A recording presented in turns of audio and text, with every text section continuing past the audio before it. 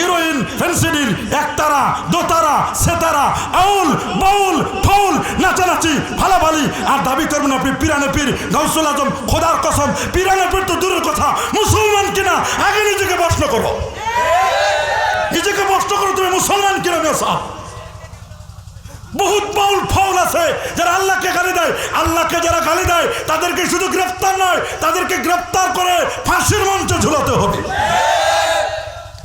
সাবধান, বাউল ফাউলের জায়গা এটা বাংলাদেশ নয়, এটা অলিয়া উলিয়ার দেশ। শাহ মুহসিন আউলিয়া এমনি আসে নাই, আল্লাহর ওলিরা এসেছেন দিন কায়েমের জন্য। আগে তো দুধ লাগবে, তারপর না সর পড়বে।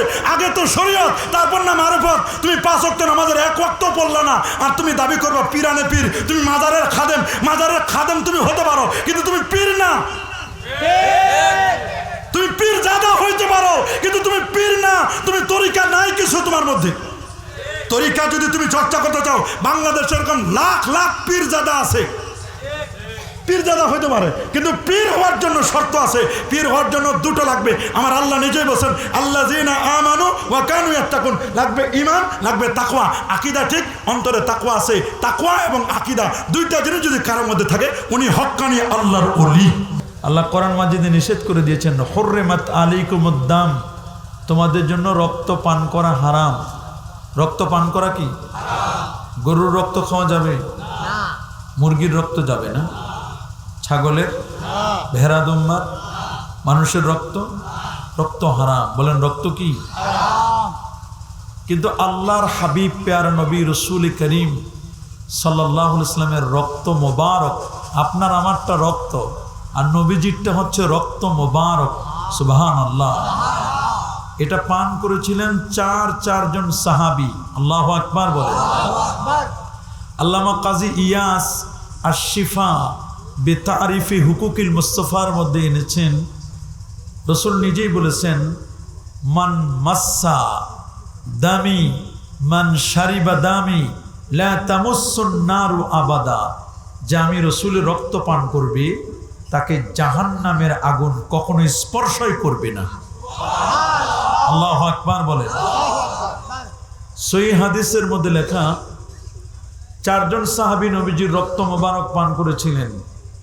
বুখারীর বর্ণনা আসছে, আল্লাহ নবী খাইবারের সময় 7ম হিজরি খাইবার যুদ্ধের সময় রাসূল আকরাম সাল্লাল্লাহু আলাইহি ওয়াসাল্লাম তাকে এক ইহুদি মহিলা সালাম ইবনে মিশতামের স্ত্রী, নবী সত্য নবী নাকি ভণ্ড নবী এটা প্রমাণ করার জন্য নবীকে দাওয়াত করেছিল। নবীর সাথে আরো 7 জন সাহাবীকে দাওয়াত করেছিলেন। কয়জন? সে 40 দিন যাবত একটা মশলা বানাইছে। এই মশলাটা ছিল পৃথিবীর সবচেয়ে দামি বিষ পয়জন দিয়া।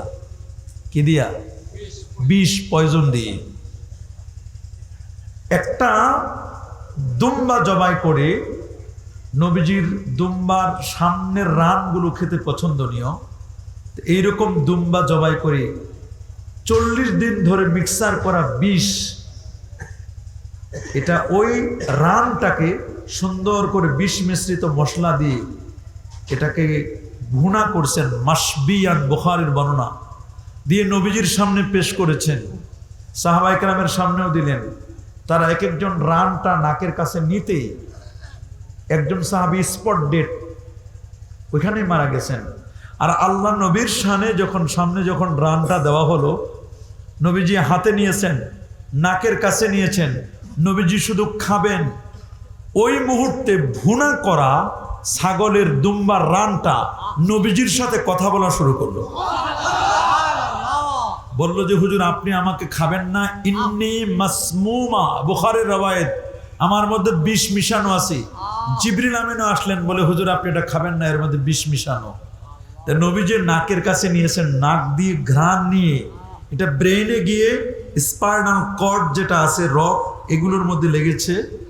নবীজি বলছেন আমি 2 ধরনের ইন্তেকাল করেছি, একটা জেনারেল সাধারণ মৃত্যু, আর একটা আমাকে বিষ খাওয়ানো হয়েছিল, বিষ মিশ্রিত, ওই কারণে আমার এক ধরনের ইন্তেকাল, ওটা শাহাদাতের মৃত্যু। তো খুব খেয়াল করে শুনবেন। সালাম ইবনে মিশতামের স্ত্রীকে নবীজি ডাকলেন যে তুমি কেন বিষ মিশালা? বলে যে আপনার জ্বালায় আরবের মানুষগুলো টিকতে পারে না, তা আপনি কি সত্য নবী না ভণ্ড নবী, এটাকে পরীক্ষা করবার জন্য আপনাকে বিষ মিশানো খাবার দিছি। আপনি যদি ভণ্ড নবী হন তাহলে সেই বিষ মিশ্রিত খাবারটা খেয়ে আপনি মারা যাবেন। হাত্তা ইউরিহান নাস, মানুষেরা শান্তি লাভ করবে, আপনার জ্বালা আর সহ্য করবে না। আর আপনি যদি সত্য নবী হন তাহলে আপনাকে ওই বিষ মিশ্রিত খাবার কোনো ক্ষতি করবে না, ওই খাবার আপনার সাথে কথা বলে আপনাকে বলে দিবে আমি বিষ মিশানো। তো নবীজি বললেন তুমি কি বুঝলা? বলে আমি বুঝে ফেলেছি যে আপনি সত্য নবী। আল্লাহু আকবার বলেন। বলে আমি বুঝে ফেলেছি আমি সত্য, আপনি সত্য নবী, এটা বুঝতে আর আমার বাকি নেই। তো নবীজি ওই বিষ মিশ্রিত খাবার খাওয়ার কারণে মাথা ব্যথা হলো। আবু তয়বা নামক একজন সাহাবী, উনি হিজামা লাগাতেন। হিজামা, হিজামা মানে আপনার রক্তক্ষরণ করা। গ্রাম্য বেদুইন লোক আছে না, মাথায় শিঙ্গা লাগায়। কি লাগায়? আপনারা কি বলেন এটাকে? শিঙ্গা তো বুঝেন। তো এটাকে আরবিতে বলা হয় হিজামা। এখন বিভিন্ন জায়গায় হিজামা সেন্টার আছে। তো নবীজির এই ঘাড় মোবারক থেকে, এখান থেকে একটু হিজামা লাগালেন। 1 কাপ রক্ত, কতটুকু? 1 কাপ রক্ত নিলেন এখান থেকে আবু তয়বা। নবীজি তাকে রক্ত হিজামা লাগার কারণে, শিঙ্গা লাগানোর কারণে তাকে ফি দিলেন। সুবহানাল্লাহ বলেন। ফি দিলেন। এখান থেকে ওলামায়ে কেরাম, ডাক্তারের ফি দেওয়া সুন্নাত, এটা নবীজির হাদিস দ্বারা প্রমাণিত। সুবহানাল্লাহ বলেন। এবং নবীজি আবু তয়বা নামক যে সাহাবী শিঙ্গা লাগালেন, তার মালিকের সাথে কথা বলে ফি কমায় নিছে। 2 সা ছিল, প্রায় 7 কেজির মতো গম ছিল, ওইটাকে কমাইয়া 3.5 কেজি করছেন। কখনো কখনো ফি, ডাক্তারের ফি কমানো যে জায়েজ, এটা আল্লাহর নবী নিজে দেখাই দিয়েছেন। আল্লাহু আকবার বলেন। আছে না অনেক পরিচিত ডাক্তার বলে সবার কাছে 1000 নিয়ে আপনি 500 টাকা দেন। আল্লাহ নবী এরকম, বুখারীর হাদিসে আসছে যে নবীজি ওয়াকাল্লিম আল মাওয়ালিয়া, তার মালিকের সাথে কথা বলো যেন ফিটা কমায় নেয়। 1 কাপ রক্ত নিলেন, নেওয়ার পরে বললেন যে এই রক্তটা তুমি দাফন করবে হাত্তা লা ইয়ারান নাস ওয়াত তুয়ুর ওয়াদ দাওয়াব, কোনো প্রাণী যেন না দেখে, কোনো পাখি যেন না দেখে, কোনো চতুষ্পদ জন্তু যেন না দেখে, এমন জায়গায় তুমি রক্তটাকে দাফন করবে। সাহাবী বলেন আমি কয়েক ঘন্টা ট্রাই করলাম, চেষ্টা করে দেখলাম নবীজির রক্ত মোবারকটা জমিনে দাফন করব, কেউ যেন না দেখে। চেষ্টা করে আমি ব্যর্থ হলাম। আমি বাসায় চলে আসলাম। বাসায় এসে দরজা বন্ধ করে দিলাম, জানালা বন্ধ, কতগুলো ছিদ্র ছিল ছিদ্রগুলো বন্ধ করে দিলাম। বন্ধ করে একটু হাতের মধ্যে নিয়ে টেস্ট করে জিহ্বায় দিলাম, দেখলাম মিষ্টি মিষ্টি ভাব, অসাধারণ টেস্টি অ্যান্ড মিষ্টি। আমি পুরো 1 কাপ রক্ত খেয়ে ঢোক করে খেয়ে নিলাম। এরপরে কুলি করে ওটাও খেয়ে নিলাম, কাপটা ধুয়ে খেয়ে নিলাম। বের হলাম সামনের দিকে, নবীজি মুস্কি হাসি দিলেন। ফাতাবাসসামা রাসূলুল্লাহ সাল্লাল্লাহু আলাইহি ওয়াসাল্লাম, আল্লাহ নবী মুস্কি হাসি দিলেন। নবী যখন কথা বলতো, তার বাণী মোবারক বের হতো, কথা বলতেন, তখন দাঁতের ফাঁক দিয়ে নূরগুলো চমকাইতো। তো নবীজি বলেন কোথায় দাফন করেছো? সাহাবী বলেন হুজুর কোথায় দাফন করেছি এটা আমি বলতে পারবো না, এটা আপনাকে দেখাতে পারবো না, তবে এতটুকু বলতে পারবো যে বেশি দূরে রাখি নাই, কাছাকাছি রাখছি। সুবহানাল্লাহ বলেন। বলে কি করেছো বলো? বলে হুজুর আমি তো খেয়ে ফেলেছি, আপনার রক্ত মোবারকটা আমি খেয়ে ফেলেছি। আপনি যে শর্ত দিয়েছেন এই শর্ত অনুযায়ী আমি দাফন করতে পারি নাই। আল্লাহ নবী তখন বলল যে তুমি যে রক্তপান করেছ, তুমি যতদিন পৃথিবীতে বেঁচে থাকবে ততদিন তোমার দেহের মধ্যে আমি রাসূলের রক্ত প্রবাহিত থাকবে, আমার রক্ত তোমার দেহের মধ্যে ব্লাড সার্কুলেশন হবে, তুমি কোনোদিন বিপদে পড়বে না, তোমার কখনো অসুখ হবে না, পেট খারাপ হবে না, আর তোমার জন্য জাহান্নামের আগুন হারাম। আল্লাহু আকবার বলেন। তো উনি যতদিন বেঁচে ছিলেন ওনাকে একবার এক্সপেরিমেন্ট করলেন, মানে পরীক্ষা করলেন যে আপনার দেহে যে রাসূলুল্লাহ রক্ত মোবারক আছে তার প্রমাণ কি? সুবহানাল্লাহ বলেন। তখন একটা আগুন জ্বালালো, আগুন জ্বালানোর পরে বলে আচ্ছা ঠিক আছে, আগুন জ্বালানোর পরে আপনার হাতটা দেন। তো ওই সাহাবীর হাত মোবারক দিলেন, দেওয়ার পরে দেখলেন হাতটা দিতে দেরি জ্বলন্ত অঙ্গার আগুন নিষ্প্রভ হয়ে গেল, নিভে গেল। হাত পুড়ে যাওয়া তো দরকার, সেখানে হাত তো পুড়ে নাই, একটা পশম পর্যন্ত পুড়লো না, বরং পুরো আগুন নিভে গেল। সাহাবীদের বুঝতে বাকি নাই যে তার দেহের মধ্যে আল্লাহর হাবিবের রক্ত মোবারক প্রবাহিত আছে। আল্লাহু আকবার বলে। তো দেখুন, আপনার আমার রক্ত খাওয়া হারাম, রাসূলুল্লাহ রক্ত পান করলে জাহান্নামের আগুন হারাম হয়ে যায়। আল্লাহু আকবার বলে। আল্লাহর নবীর রক্ত মোবারক, আপনারটা নাপাক আর আমারটা নাপাক, আর আল্লাহর নবীজিরটা পাক এবং পবিত্র। আল্লাহু আকবার। এই গেল এক, কেন পবিত্র ঈদে মিলাদুন নবী আমরা বলি। দ্বিতীয় কারণ, আপনার আমার থুথু পাক না নাপাক? নাপাক। থুথু খাওয়া যাবে? জোরে বলেন না। সর্দি খাওয়া যাবে? বুখারীর বর্ণনা 2624 নম্বর হাদিস, 2624 নম্বর হাদিস, হযরতে উরওয়া ইবনে মাসউদ রাদিয়াল্লাহু তাআলা বলেন, আমাকে কাফেরদের পক্ষ থেকে হুদায়বিয়ার সন্ধির সময় নবীজির কাছে পাঠানো হলো, মুহাম্মদের কাছে। আমি রোম, পারস্য, কাইসার, কেসরা বহু রাজদরবারে গেছি, শুধু দেখার জন্য গেলাম যে নবীকে সাহাবীরা কেমন মানে, কেমন অনুসরণ করে। সুবহানাল্লাহ বলেন। তিনি বলছেন, মা তানাক্খামা নুখামাতান, এমন কোন নাকের শ্লেষ্মা, নাকের সর্দি শ্লেষ্মা, মুখের থুতু মোবারক ফেলেন না, ইল্লা যখন নবীজি ফেলেন সাহাবায়ে কেরাম ফকিরের মতো হাত পেতে দেন। আল্লাহু আকবার বলেন। ফকিরের মতো হাত পেতে দেন। এরপরে হাতের মধ্যে নিয়ে সুম্মা দালাকু, হাতের মধ্যে ডলা দেন। আমরা যেমন লোশন নিয়ে, ক্রিম নিয়ে হাতের মধ্যে ডলা দিই, সুম্মা দালাকু আলা উজুহিম, এরপর তারা চেহারার মধ্যে লোশন হিসেবে মাখে। আল্লাহু আকবার বলেন। এই কাজটা যদি আমরা কেউ করতাম, তাহলে আমাদের দেশের যারা ওয়াহাবি, যারা সালাফি, তারা আমাদেরকে যেমন একটু নবীর মহব্বতে দাঁড়িয়ে সালাম দিলে বেদাতি বলে, মাজার পূজারি বলে, অথচ আমরা সুন্নিরা কেউ মাজার পূজা করি না। কেবল আমরা কেউ মাজার পূজা করি নাকি? বরং যারা আমাদেরকে ট্যাগ লাগায় মাজার পূজারি বলে, তারা আমাদেরকে আল্লাহ তাআলা অরিজিনাল পূজা কেমনে করে দেখাই দিছে। অরিজিনাল পূজাটা আল্লাহ দেখাই দিছে কেমনে করতে হয়। আমরা কেউ মাজার পূজা করি না।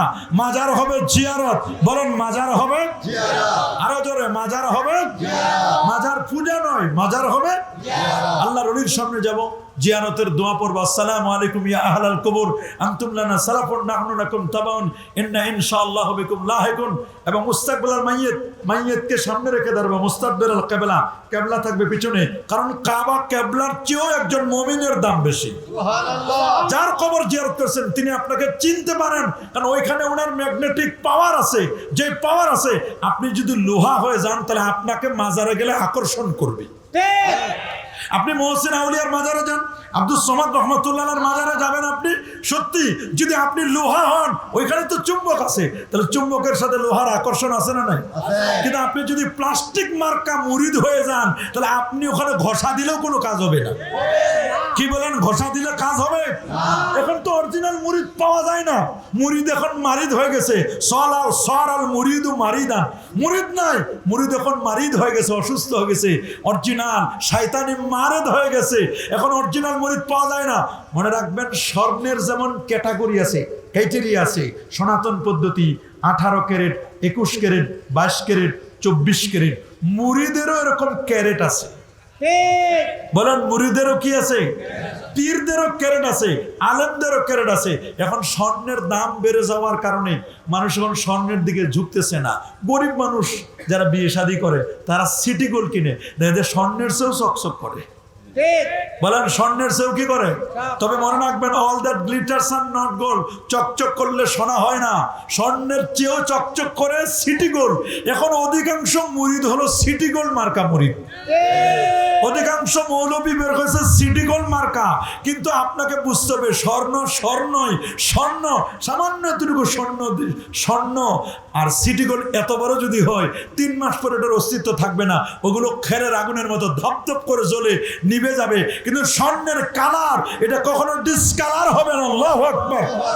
অরিজিনাল ওলি আল্লাহ যারা, তাদের ঈমান আছে, তাকওয়া আছে, আহলে বাইতের মহব্বত আছে, নবীর প্রেম আছে, এরা কখনো রং বদলায় না।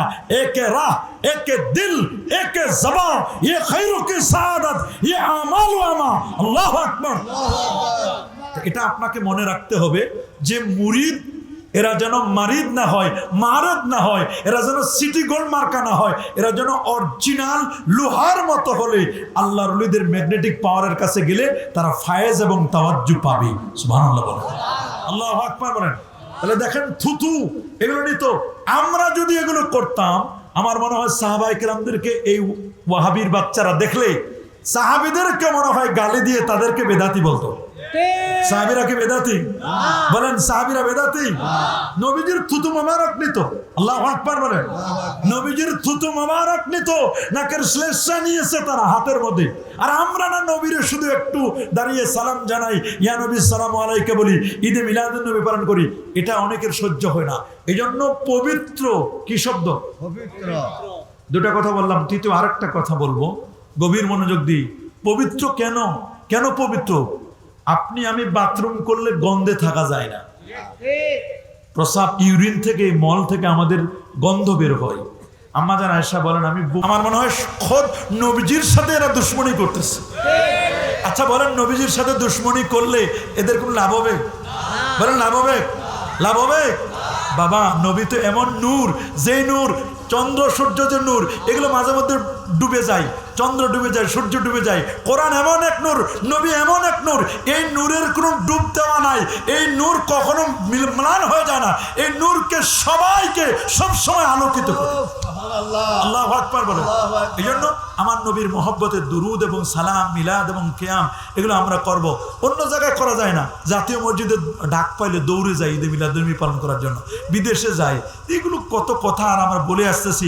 জাতীয় মসজিদে যেভাবে বলছিল, কেউ তো প্রতিবাদ করার সাহস পায় নাই। আল্লাহর মেহেরবানি, আমি আপনাদের খাদেম হিসাবে আমি জাতীয় মসজিদের প্রতিবাদ জাতীয় মসজিদে গিয়ে করেছি।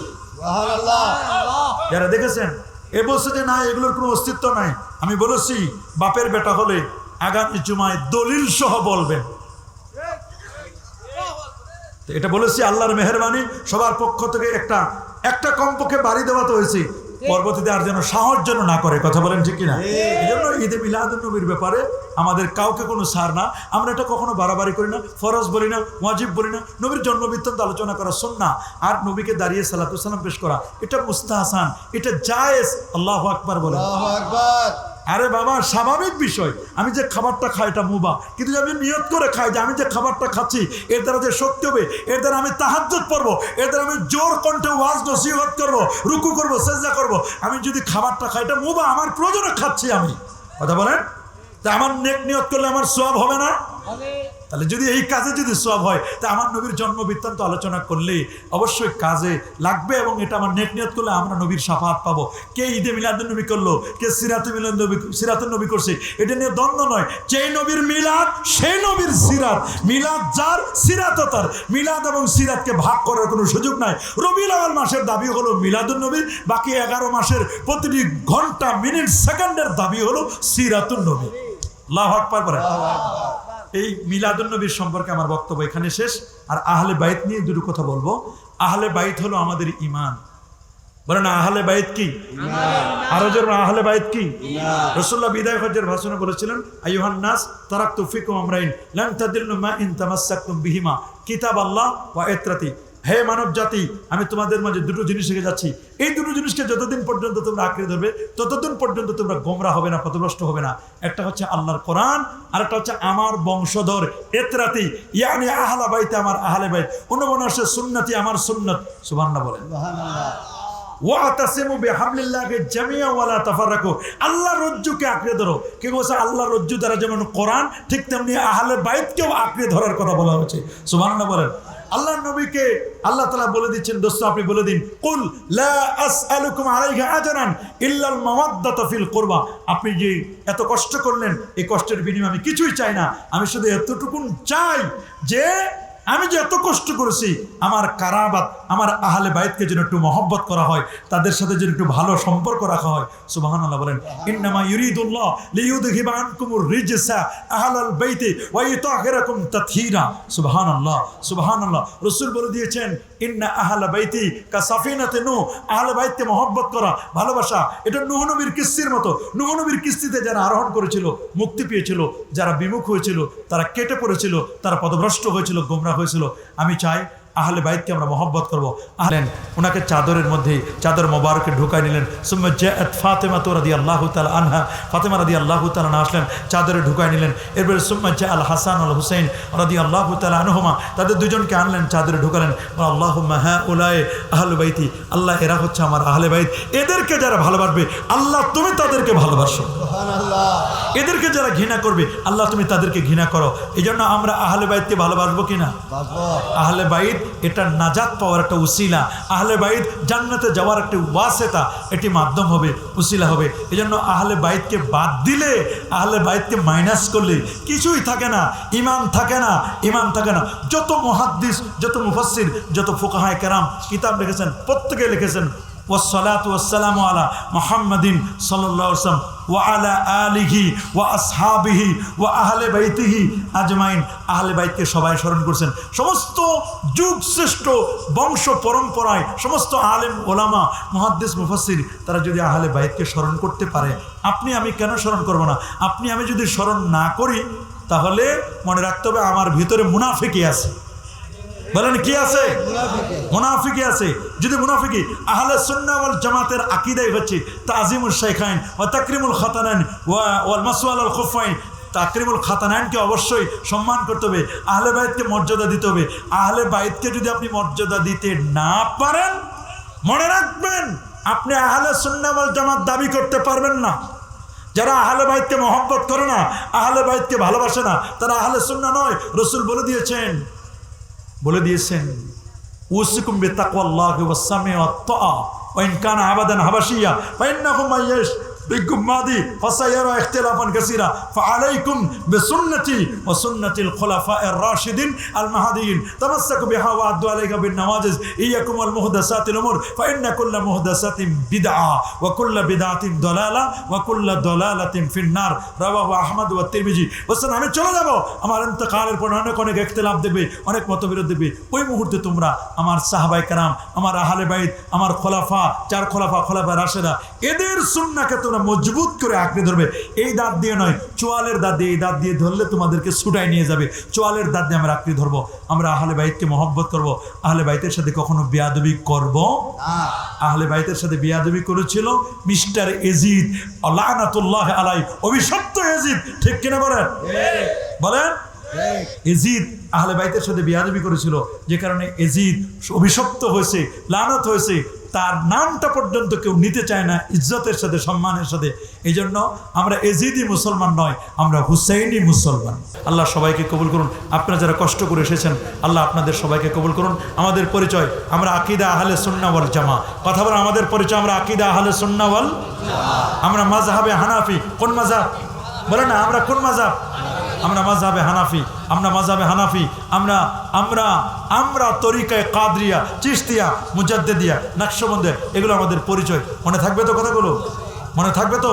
5 ওয়াক্ত নামাজ পড়বেন, জুমার নামাজ পড়বেন, কাবলাল জুমা পড়বেন, বাদাল জুমা পড়বেন। আর হানাফি মাযহাবতে আপনারা এখানে হাত বাঁধবেন, এ পর্যন্ত আপনারা হাত উঠাবেন। ইমাম সাহেবের কেরাতটাই আমাদের কেরাত, নতুন করে কেরাত পড়া লাগবে না। জুমার দিনে এখন বেরাম ঢুকছে, কাবলাল জুমা পড়ে না, বাদাল জুমা পড়ে না, সুন্নত পড়ে না, যাই সবার শেষে, আসে সবার আগে। দোয়া নাই, মোনাজাত নাই, মিলাদ নাই, কিয়াম নাই, মা বাবার জন্য চোখের পানি নাই, আসার সময় জুতাগুলো পাল্টাই নিয়ে আসে।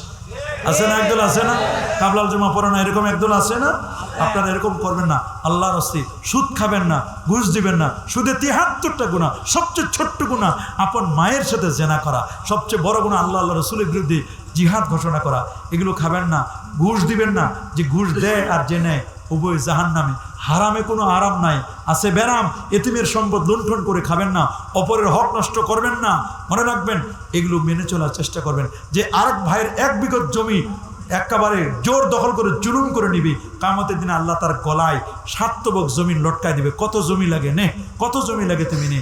এই জন্য যার যেটা পাওনা, প্রত্যেকের পাওনাটা, দায়িত্বটা বুঝে দিবেন। বোনের হক নষ্ট করবেন না। অনেক গার্ডিয়ান আছেন, বাবা আছে, ছেলেটারে জমি দিয়ে দেয়, ফ্ল্যাট দিয়ে দেয়, সব কিছু লিখে দেয়। মেয়েরে বলে মা তোরে কিছু দিতে পারলাম না, নে মা তুই দোয়া নিয়ে যা। আহারে, মেয়েটারে দোয়া দিয়ে দিল। দোয়া দিলে হবে না। যদি 2 কাঠা জমি থাকে, 2 শতক জমি থাকে, তাহলে 1 শতক, 2 শতক জমি যদি ছেলে পায়, তাহলে 1 শতক জমি পাবে মেয়েটা। এটা কোরআনের নির্দেশ। আপনি কোরআনের নির্দেশকে উপেক্ষা করে ছেলেটারে সব দিবেন আর মেয়েটারে দোয়া দিয়ে দিবেন। ছেলের কপালে আপনার শেষ ঠিকানা ছেলের কপালে জুটবে না, দেখবেন শেষ ঠিকানা আপনার মেয়ের কপালেই জুটবে। কারণ ওরা তো দোয়া দিচ্ছেন, ছেলেটারে দিচ্ছেন ফ্ল্যাট, ও ফ্ল্যাট বিক্রি করে দেখবেন গাঁজা খাবে, আপনাকে বৃদ্ধাশ্রমে ওল্ড হোমে রেখে আসবে। সাবধান, মা বাবার খেদমত করবেন, মা বাবার খেদমত করবেন, মা বাবার খেদমত করবেন।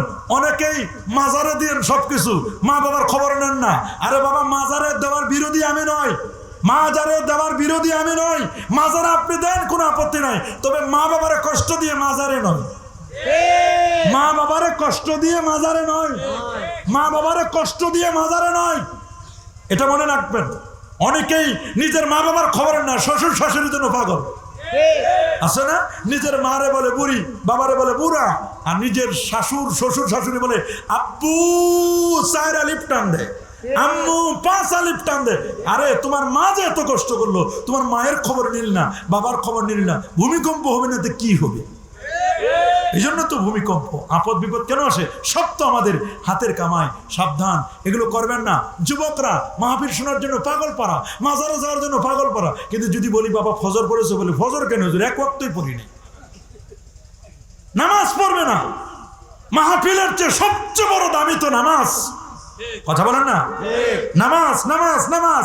ঈমান আকীদাকে মজবুত করো। আমলের ত্রুটি থাকতে পারে, আকীদাকে মজবুত করতে হবে। আল্লাহ নবী 13 বছর আকীদার দাওয়াত দিয়েছেন। কয় বছর? 13টা বছর মক্কায় আকীদার দাওয়াত দিয়েছেন। শেষ দিকে নামাজ ফরজ হয়েছে সংক্ষিপ্ত আকারে, মদিনা শরীফে গিয়ে নামাজ ফরজ হয়েছে বিস্তারিত মাসলা মাসাইল সহ। তাহলে মক্কায় তো খালি আকীদার দাওয়াত দিলেন। এই জন্য আকীদা ঠিক করেন। আকীদা যার ঠিক, আমলের ত্রুটি থাকলেও টুডিও টুমোরে ঠেলা খাইয়া, কিছু বাড়ি টাড়ি খাইয়া সোজা হয়ে তারপর টুডিও টুমোরো একদিন না একদিন সে জান্নাতে যাবে। কিন্তু আকীদা যদি এই হয়, নবী মরে পচে গলে শেষ, নবী শাফাআত করতে পারবে না। এইরকম আকীদা যদি হয়, তাহলে আমল ভুরি ভুরি করলেও কোনো কাজ হবে না। আকীদাকে মজবুত করুন। আকীদাকে কি মজবুত করুন। কোন পীর ওলির মাজারে সেজদা চলবে না। কি বলেন? মাজারে সেজদা দেওয়া যাবে? মাজারে সেজদা দেওয়া যাবে? এই কপালটা একমাত্র আল্লাহর জন্য। আল্লাহ ছাড়া অন্য কারো সামনে কপাল নত করা যাবে না। সাবধান, সেজদা চলবে না। এই কপালটা একমাত্র আল্লাহর জন্য। মাজার হবে জিয়ারত গাহ, মাজার হবে জিয়ারত। বলেন মাজারে কি হবে? জিয়ারত। সূরা ফাতিহা 3 বার, সূরা ইখলাস 10 বার, 11 বার দরুদ শরীফ। কবর ছুবেন না আপনি। কবরে আপনি মাটি নেওয়া যাবে না। কবরে গিয়ে আপনি সোজা দাঁড়াবেন, সেখানে আপনি গিয়ে জিয়ারত করবেন শুধু। আপনি কবরে গিয়ে যদি সেজদা দেন, তাহলে আপনার ঈমান হারা হওয়ার সম্ভাবনা। মানে এই কপালটা একমাত্র কার জন্য? আল্লাহর জন্য। কবরে টাকা দেওয়া জায়েজ নাই, তবে হ্যাঁ, কবরে টাকা দিবেন কেন? এই টাকা তো কবরওয়ালার লাগে না, কবরে চলবে না এই টাকা। এই টাকা তো আলমে বরজখে চলে না, মাটির নিচে 3.5 হাত কবরে চলে না। হ্যাঁ, টাকা দিবেন কারে? টাকা দিবেন যদি কবরের মাজারের পাশে কোনো মাদ্রাসা থাকে, এতিমখানা থাকে, লিল্লাবনি থাকে, কোনো মুসাফির থাকে, মুসাফিরের জন্য টাকা। যারা মুসাফির, যাদের ঘর নাই, বাড়ি নাই, থাকতে পারে না, খেতে পারে না, তাদের জন্য আপনি দান করতে পারবেন, সদকা করতে পারবেন। আর ওটা যদি সদকা হয়, মাজারের মুতাআল্লি যদি বড়লোক হয়, মাজারের মুতাআল্লি তা খেতে পারবেন না, ঝোলও খাইতে পারবেন না মুরগির। সদকার জিনিস কি অন্য কেউ খাইতে পারে? বলেন না, সৎকার জিনিস অন্য কেউ খাইতে পারে? বড়লোক খাইতে পারবে? সৎকার জিনিস এটা শুধুমাত্র যাদের উপর যাকাত খাইতে পারেন, ফাতরা খাইতে পারেন, তারাই কেবলমাত্র কি খাইতে পারেন? সদাকার মাল খাইতে পারে। সৎকার মাল আপনি যেমন একটু ঝোল খাবো, ঝোলও খাইতে পারবেন না, কিছুই খাইতে পারবেন না। সদাকা তো সদাকা। আপনি গরিব হলে খাইতে পারবেন। যদি কোনো মাজারের মুতাআল্লিক গরিব হয়, তাহলে উনি খাইতে পারবেন। সুবহানাল্লাহ বলেন, আল্লাহু আকবার বলেন। মাজারে কি সেজদা চলবে? আপনারা দেন না কি আবার? না, এই কাজ করবেন না। আলহামদুলিল্লাহ, সুন্নিরা মাজার পূজা করে না, আমরা মাজার জিয়ারত করি। বলেন, আমরা মাজার জিয়ারত করি। এটা মনে রাখবেন, এটা মনে রাখবেন। মাজার হবে জিয়ারত, মাজার হবে। নারীদের জন্য মাজারের ভিতরে এসে জিয়ারত করার কোনো প্রয়োজন নেই। নারীদের যদি জিয়ারতের প্রয়োজন হয়, তারা দূর থেকে তারা পর্দার আড়ালে বসে জিয়ারত করবে। নারীদের জন্য নবীজি অনুৎসাহিত করছেন, লানা যাওয়ারাতিল কুবুর, অনুৎসাহিত করছেন। কিন্তু আল্লাহ নবী বলেছেন একান্ত যদি কবর জিয়ারত করার প্রয়োজন হয় কুনতু নাহাইতুম আন জিয়ারাতিল কুবুর আলান ফাজুরহা ফাইন্নাহা তুযাক্কিরুল মাউত ওয়া তুযাক্কিরুল মাউত তুযাকিদু আনিদ দুনিয়া। হ্যাঁ, জিয়ারত যদি করতেই চায় নারীরা, তাহলে পর্দার আড়ালে দূর থেকে তারা জিয়ারত করতে পারবেন। কারণ নারীরা আপসেট হয়ে যায়, তাদের মনটা নরম, ওরা কবরে গিয়ে হাই হুতাশ করবে, এই জন্য নিষেধ করে দেওয়া হয়েছে। মনে থাকবে কথা? কি কথা মনে থাকবে? সুন্নত নামাজগুলো পড়বেন, ফজরের আগের সুন্নত সহ 12 রাকাত সুন্নত পড়বেন, কাবলাল জুমা বাদাল জুমা পড়বেন। আমাদের তারাবি নামাজ কয় রাকাত বলেন না সবাই? কয় রাকাত? বেতের নামাজ 3 রাকাত। বেতের নামাজ কয় রাকাত? 3 রাকাত। তারাবি নামাজ 20 রাকাত। বেতের নামাজ 3 রাকাত পড়বেন, 1 রাকাত নয়। কয় রাকাত? 3 রাকাত। মনে থাকবে তো? শবে বরাত পালন করি, ঈদে মিলাদুন নবী আমরা পালন করি, শবে মেরাজ পালন করি, আশুরা পালন করি, আহলে বাইতকে মহব্বত করি, মাথায় টুপি দিবেন, মুখে দাড়ি রাখবেন। আপনি দাবি করেন সুন্নি, এমন সুন্নি এশকের ঠেলায় সব দাড়ি আপনার পড়ে গেল। আপনি আর কবে সোজা হবেন? কবে সোজা হবেন? মরার আগে তো সোজা হইতে পারবেন না, মরার পর তো ঠিকই সোজা হবেন। সোজা হইতে না চাইলেও টানে সোজা করবে। কথা বলেন? আপনি নবীর মহব্বত, কোন নবী কখনো দাড়ি কাটেন নাই। দাড়ি কাটা ছাটা সম্পূর্ণরূপে হারাম। বলেন দাড়ি কাটা ছাটা সম্পূর্ণরূপে কি? অনেকেই ভুলে হয়তো বা কেটে ফেলেছেন যে হুজুর আমার তো এখনো বয়স হয় নাই। আর কবে বয়স হবে? মরার পর তো দাড়ি রাখলে কাজ হবে না, আর মরার পর দাড়ি উঠবেও না। উঠবে নাকি? পুরুষের জন্য দাড়ি, মেয়ের মুখে তো আল্লাহ দাড়ি দেয় না, দিছে। মেয়েদের জন্য দাড়ি রাখা হারাম। বলেন মেয়েদের জন্য দাড়ি রাখা কি? আর পুরুষের জন্য দাড়ি কাটা হারাম। যেই মৌলবী, যে আলেম দাড়ি কাটে ছাটে, তার পিছনে নামাজ পড়া যাবে না। যে মৌলবী গান বাদ্য ঢোল তবলা শুনে, ওই মৌলবীর পিছনে নামাজ পড়া যায় হবে না। রাসূল বলছেন আমি এগুলো ধ্বংস করার জন্য আসছি। আর আপনি যদি এগুলো বাজান আর যদি মনে করেন যে না এটার নাম আহলে সুন্নাহ ওয়াল জামাত, তাহলে আহলে সুন্নাহ ওয়াল জামাত সিটি গোল মার্কা আহলে সুন্নাহ ওয়াল জামাত, এটা মার্কায় আহলে সুন্নাহ ওয়াল জামাত, অরিজিনাল আহলে সুন্নাহ ওয়াল জামাত নয়। আপনারা আমার খারাপ জানেন আর ভালো জানেন, হক কথা বলে যাবো, কার ভালো লাগলো কার ভালো লাগলো না এটা দেখার বিষয় আমার নয়। হক কথা যদি বলতে না পারি আল্লাহর দরবারে আমি আসামি হয়ে উঠবো। আমরা নিজেরা দাবি করি আমি আহলে সুন্নাহ ওয়াল জামাতের ইমাম। আহলে সুন্নাহ ওয়াল জামাতের ইমাম ছিল 2 জন। কয়জন?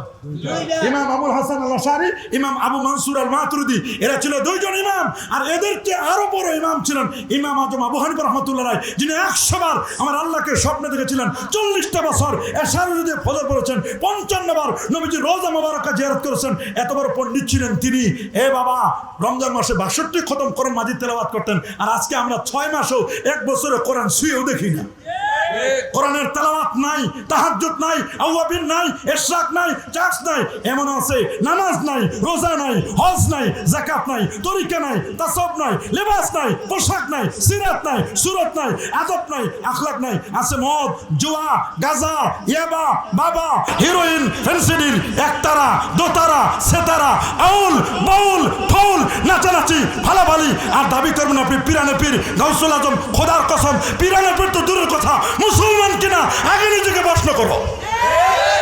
নিজেকে প্রশ্ন করো তুমি মুসলমান কিনা মেসা। বহুত বাউল ফাউল আছে যারা আল্লাহকে গালি দেয়। আল্লাহকে যারা গালি দেয় তাদেরকে শুধু গ্রেফতার নয়, তাদেরকে গ্রেফতার করে ফাঁসির মঞ্চে ঝুলাতে হবে। সাবধান, বাউল ফাউলের জায়গা এটা বাংলাদেশ নয়, এটা উলিয়ার দেশ। শাহ মুহসিন আউলিয়া এমনি আসে নাই, আল্লাহর ওলিরা এসেছেন দিন কায়েমের জন্য। দিনের পিলার হচ্ছে 3টা: ইমান, ইসলাম, ইহসান।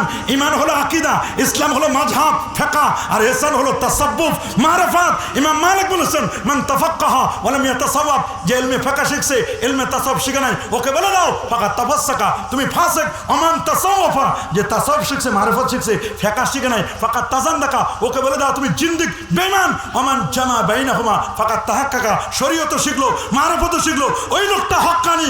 আগে হলো শরীয়ত, তারপর হলো মারিফাত। শরীয়ত ছাড়া কোনো মারিফত নয়। শরীয়ত ছাড়া যারা মারিফতের দাবি করবে ওটা মারিফত নয়, ওটা মাইরের পথ, ওটা মরার পথ। আগে হলো শরীয়ত। বলেন আগে কি?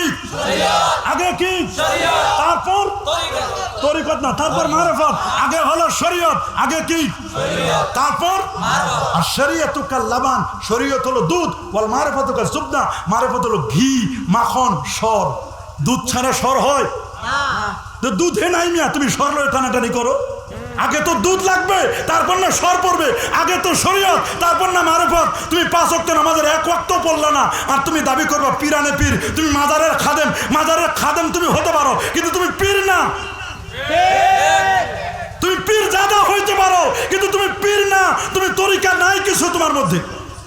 তরিকা যদি তুমি চর্চা করতে চাও, বাংলাদেশে এরকম লাখ লাখ পীর জাদা আছে। পীর জাদা হইতে পারে, কিন্তু পীর হওয়ার জন্য শর্ত আছে। পীর হওয়ার জন্য দুটো লাগবে। আমার আল্লাহ নিজেই বলেন, আল্লাযীনা আমানু ওয়া কানু ইয়াত্তাকুন। লাগবে ঈমান, লাগবে তাকওয়া। আকীদা ঠিক, অন্তরে তাকওয়া আছে। তাকওয়া এবং আকীদা দুইটা জিনিস যদি কারোর মধ্যে থাকে, উনি হক্কানি আল্লাহর ওলি। এদেশ 12 আউলিয়ার দেশ। এটা শাহজালালের দেশ, শাহপুরানের দেশ, শাহ নেসার, শাহ সালেহ, শাহ মুহসিন আউলিয়া, শাহ গরিবুল্লাহর দেশ। আল্লাহু আকবার। শ্রীকোটের জমিন থেকে আল্লাহর ওলিরা এসে এখানে দিন প্রচার করেছেন, জামিয়া আহমদিয়া করেছেন, গাউসিয়া কমিটি করেছেন। যারা কঠিন মুহূর্তে করোনার সময়ে গাউসিয়া কমিটি দিনের খেদমত করে গেছেন। ছেলে যখন বাবাকে রেখে চলে গেছে, মাকে রেখে চলে গেছে, গাউসিয়া কমিটির যুবকরা এসে, সদস্যরা এসে লাশ দাফন করার চেষ্টা করেছে। কত রিস্ক নিয়ে। আল্লাহু আকবার। কারো অবদানকে ছোট করে দেখবার সুযোগ নেই। আল্লাহ আমাদের সবাইকে কবুল করুন। শেষের কথাগুলো একটু কষ্ট পাইছেন, কষ্ট পাইলে আমার করার কিছু নেই, এটা আমাকে বলতে হবে, এটা আমার দায়িত্ব। এটুকু যদি বলতে না পারি তাহলে ইমান তো নাই আমার। এটুকু যদি বলতে না পারি তাহলে আমি কিসের ইমানদার? আমি জানি এগুলো আপনাদের মধ্যে নাই, আপনাদেরকে সতর্ক করার জন্য বলছি। পরবর্তীতে এইরকম যেন কেউ ভণ্ডামি যেন না করে। আল্লাহ আমাদের সবাইকে কবুল করুন। 5 ওয়াক্ত নামাজ যেন মিস না হয়, ফজর যেন মিস না হয়। মুসল্লি চিনা যায় ফজরে, বন্ধু চিনা যায় বিপদে। আল্লাহ আমাদের সবাইকে কবুল করুন।